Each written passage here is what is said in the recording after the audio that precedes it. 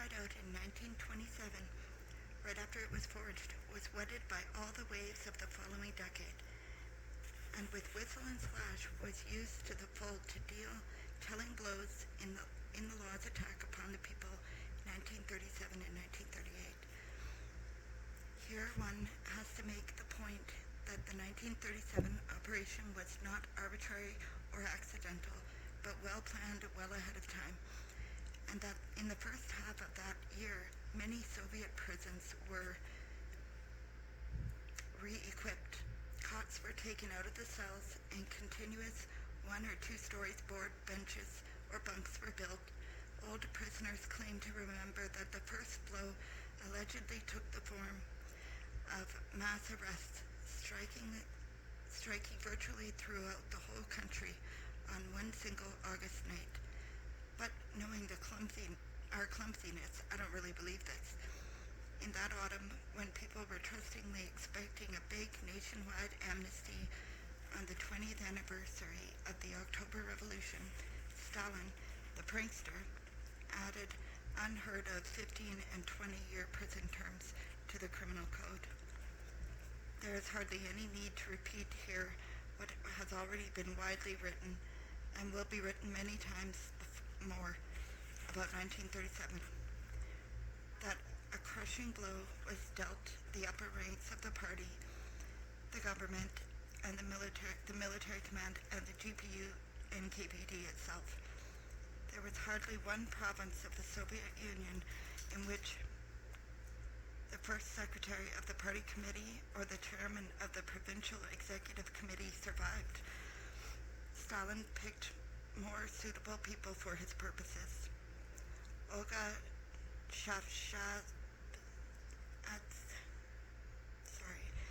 tells how it was in the Tbilisi.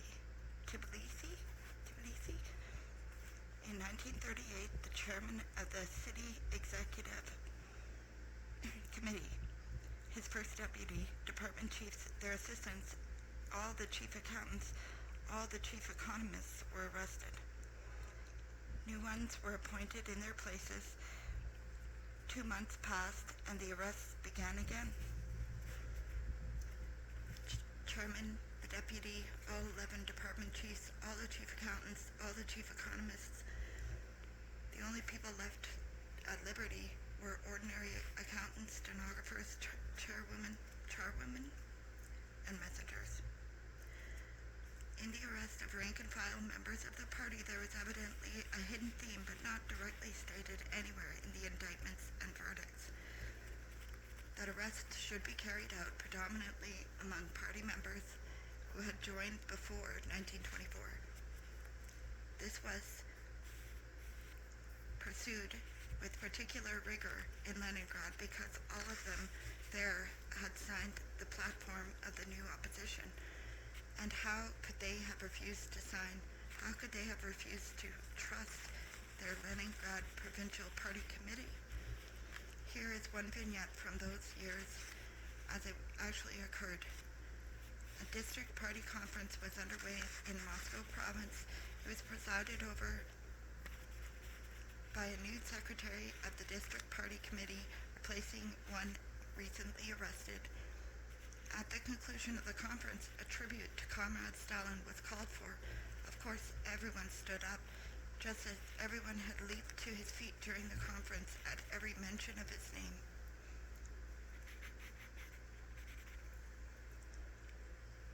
The small hall echoed with stormy applause, rising to an ovation. For 3 minutes, 4 minutes, 5 minutes, the stormy applause rising to an ovation continued. 5 minutes, the stormy applause rising. But palms were getting sore and raised arms were already aching, and the older people were panting from exhaustion. It was becoming insufferably silly even to those who really adored Stalin. However, who would dare to be the first to stop? The secretary of the district party committee could have done it. He was standing on the platform, and it was he who had just called for the ovation. But he was a newcomer. He had taken the place of a man who had been arrested. He was afraid. After all, NKVD men were standing in the hall applauding and watching to see who quit first. And in that obscure small hall, unknown to the leader, the applause went on 6, 7, 8 minutes. They were done for. Their goose was cooked. They couldn't stop now till they collapsed with heart attacks. At the rear of the hall, which was crowded, they could, of course, cheat a bit, clap less frequently, less vigorously, not so eagerly, but up there with the presidium, where everyone could see him, the director of the local paper factory,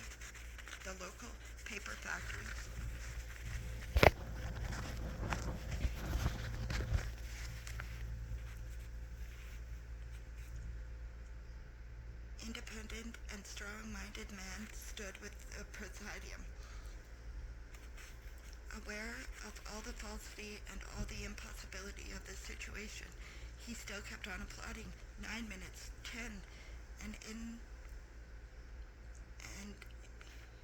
in anguish, he watched the secretary of the district party committee, but the latter dared not stop. Insanity to the last man. With make-believe enthusiasm on their faces, looking at each other with faint hope, the district leaders were just going to go on and on applauding until they fell where they stood, till they were carried off of the hall on stretchers. And even to those who were left would not falter. Then, after 11 minutes, the director of the paper factory assumed a businesslike expression and sat down in his seat. And, oh, a miracle took place. Where had the universal, uninhibited, indescribable enthusiasm gone? To a man, everyone else stopped dead and sat down.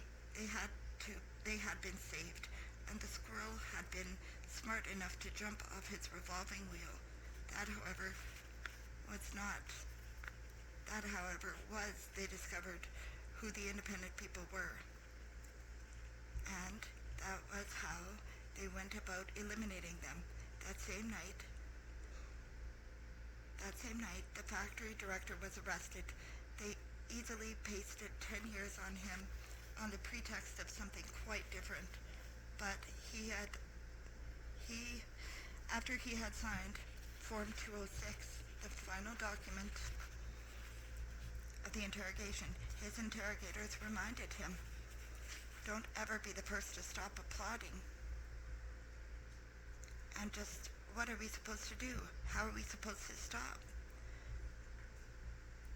Now that's what Darwin's natural selection is, and that's also how to grind people down with stupidity. But today, a new myth is being created. Every story of 1937 that is printed, every reminiscence that is published relates, without exception, to the tragedy of the communist leaders. They have kept on assuring us, and we have unwittingly fallen for it.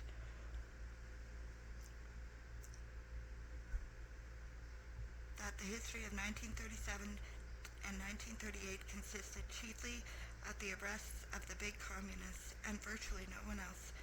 But out of the millions arrested at that time, important party and state officials could not possibly have represented more than 10%. Most of the relatives standing in line with food parcels outside the Leningrad prisons were lower-class women, the sort who sold milk. The composition of the hordes who were arrested in that powerful wave lugged off half-dead to the archipelago was of such fantastic diversity that anyone who wants to deduce the rationale for it scientifically will rack his brain for a long time for the answer. To the contemporaries of the purge, it was still more incomprehensible. The real law underlying the arrests of those years was the assignment of quotas, the norms set, the planned allocations. Every city, every district, every military unit was assigned a specific quota of arrests to be carried out by a stipulated time. From then on, everything else depended on the ingenuity of the security operations personnel. The former Czechist Alexander Galganov recalls that a telegram arrived in Tashkent. Send 200. They had just finished one clean-out, and it seemed as if there was no one else to take. Well, true, they had just bought about 50 more from the districts, brought in about 50 more from the districts. And then they had an idea. They would reclassify as 58s all the non-political offenders being held by police. No sooner said than done. But despite that, they still had not filled the quota. At that precise moment, the police reported a gypsy band had impudently encamped on one of those city squares and asked what to do with them. Someone had another bright idea. They surrounded the encampment and raked in all the gypsy men from 17 to 60 as 58s. They had fulfilled the plan. This could happen another way as well. According to the chief of police, Zabalovsky, the Czechists of Ossetia were given a quota of 500 to be shot in the Republic. They asked to have it increased, and they were permitted to another 250.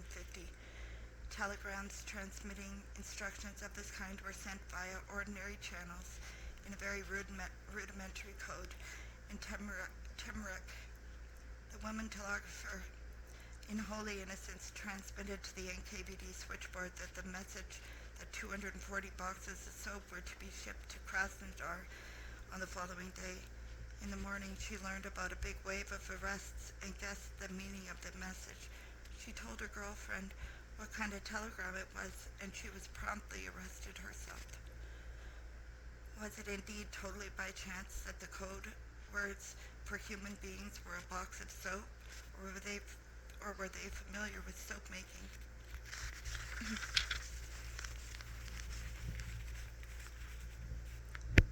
Of course, certain patterns could be discerned.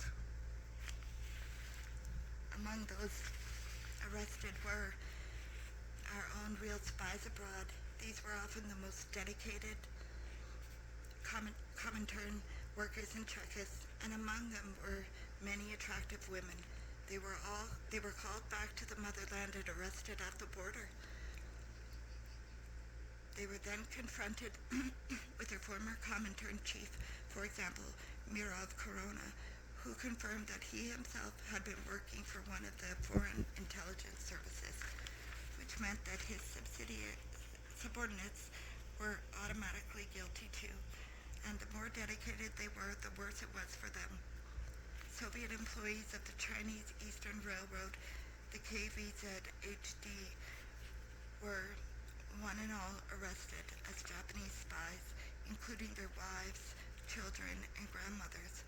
But we have to admit these arrests had already begun several years earlier. Koreans from the Far East were sent into exile in Kazakhstan, the first experiment in mass arrests on the basis of race. Leningrad Estonians were all arrested on the strength of having Estonian family names and charged with being anti-communist Estonian spies. All Latvian riflemen and all Latvian Czechists were arrested. Yes, indeed, those very Latvians who had been the midwives of the revolution, who just a short while before had constituted the nucleus and the pride of the Cheka. And with them were taken even those communists of bourgeois Latvia who had been exchanged in 1921 and been freed thereby from their dreadful Latvian prison terms of 2 and 3 years. In Leningrad, the Latvian department of the Herzl Institute, the House of Latvian Culture, and the Estonian Club, the Latvian Technicum, and the Latvian and Estonian newspapers were all closed down. In the midst of the general to-do, the big solitaire game was finally wound up. All those not yet taken were raked in. There was no longer any reason to keep it a secret. The time had come to write fini to the whole game. So now the socialists were taken off to prison in whole exiles. For example, the UFA exile and the Saratov exile. and they were all sentenced together and driven off in herds to the slaughterhouses of the archipelago. Now it was specifically prescribed that more members of the intelligentsia should be arrested than of other groups. But just as the intelligentsia had never been overlooked in previous waves, it was not neglected in this one. A student's denunciation, and this combination of words, student and denunciation, has ceased to sound outlandish. That a certain lecturer in a higher educational institute kept citing Lenin and Marx frequently, but Stalin not at all, and that was all that was needed for the lecturer to not show up for lectures anymore. And what if he cited no one? All Leningrad Orientalists of the middle and younger generation were arrested. The entire staff of the Institute of the North, except for its NKVD informers, were arrested. They even went after school teachers in Sverdlovsk. One case involved 30 secondary school teachers and the head of the provincial education department, Perel. One of the terrible accusations against them was that they had made arrangements to have a New Year's tree in order to burn down the school. And the club fell with the regularity of a pendulum on the heads of the engineers, who by this time were no longer bourgeois, but a whole Soviet generation of engineers. Because of an irregularity in the geological strata, 2 mine tunnels which mine surveyor Nikolai Merkuryevich Mikov had calculated would meet failed to do so. He got Article 58.7, 20 years. 6 geologists, the Kotovich group, were sentenced to 10 years under 58.7 for intentionally stealing reserves of the tin ore in underground sites in anticipation of the arrival of the Germans. In other words, they had failed to find the deposits. On the heels of the main waves followed an additional specialist wave of wives and the so-called CHS, members of families. Among them were the wives of important party leaders and also, in certain places, Leningrad, for example, the wives of all those who had been sentenced to 10 years without the right of correspondence. In other words, those who were no longer among the living. The CHS, as a rule, all got 8 years. Well,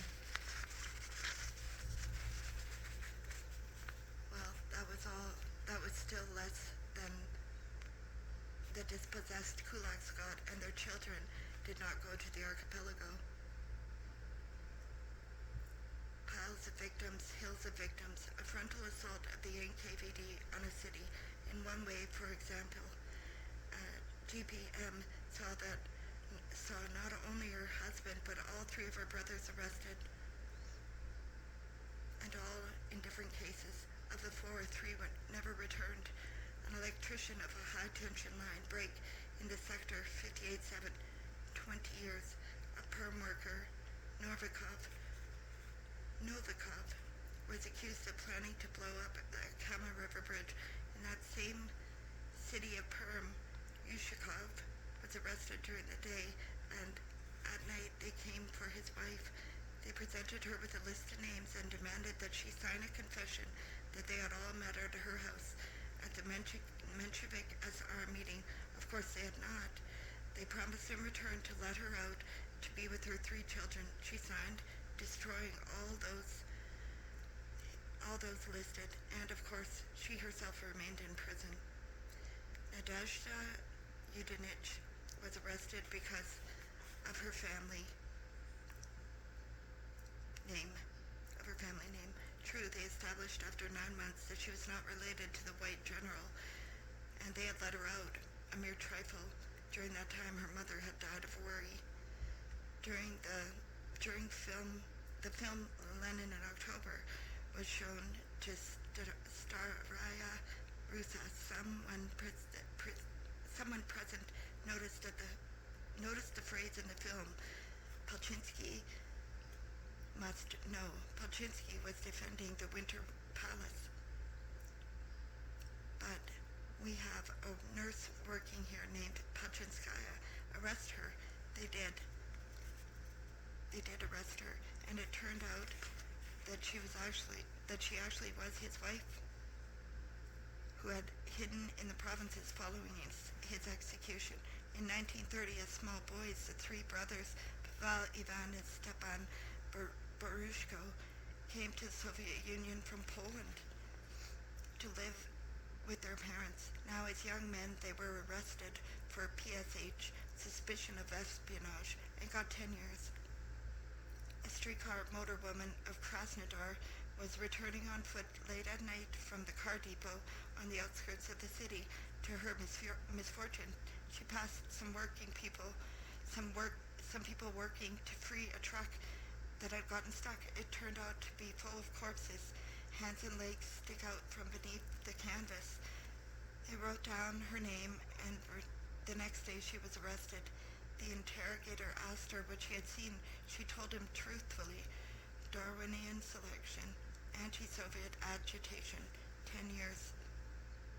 A plumber turned off the loudspeaker in his room every time the endless letters to Stalin were being read. His next-door neighbor denounced him. Where is that neighbor today? He got SOE, socially dangerous element, 8 years. A half-literate stove maker used to enjoy writing his name in his free time. This raised his self-esteem. There was no blank paper around, so he wrote on newspapers. His neighbors found his newspapers in a sack on the communal toilet, with pen and ink flourishes across the countenance of the father and teacher. Anti-Soviet agitation, 10 years. Stalin and those close to him loved their portraits and splashed them all over the newspapers and issued them in millions of copies. The flies paid little heed to their sanctity, and it was a pity not to make use of the paper. And how many unfortunates got a term for that? Arrests rolled through the streets and apartment houses like an epidemic, just as people transmit an epidemic infection from one to another without knowing it by such innocent means as a handshake, a breath, handing someone something. So too they passed on the infection of inevitable arrest by a handshake, by a breath, by a chance meeting on the street. For if you are destined to confess tomorrow that you had organized an underground group to poison the city's water supply, and if today I shake hands with you on the street, it means that I too am doomed. 7 years earlier, the city had watched while they massacred the countryside and considered it only natural. Now the countryside might have watched them massacre the city, but the countryside itself was too dark for that, and it was still undergoing the finishing touches of its own slaughter. The surveyor sounded on 15 years. Cattle plague in the district and for bad harvest, and the entire leadership of the district was shot for the same reason. The secretary of a district party committee went into the fields to speed up the plowing, and an old peasant asked him whether he knew that for 7 years the collective farms had received not one single ounce of grain in return for their labor days, only straw and very little of that. For his question, the peasant got ASA, anti-Soviet agitation, 10 years. Another peasant with 6 children met a different fate because he had 6 mouths to feed. He devoted himself wholeheartedly to the collective farm work and kept hoping he would get some return for his labor. And he did. They awarded him a decoration. They awarded it at a special assembly, made speeches. In his reply, the peasant got carried away. He said, "Now if I could just have a sack of flour instead of this decoration, couldn't I somehow?" A wolf-like laugh rocketed through the hall. and the newly decorated hero went off to exile together with all 6 of those little dependent mouths. Should we wrap it all up and simply say that they arrested the innocent, but we omitted saying that the very concept of guilt had been repealed by the proletarian revolution, and the beginning of the 30s was defined as rightist opportunism, so we can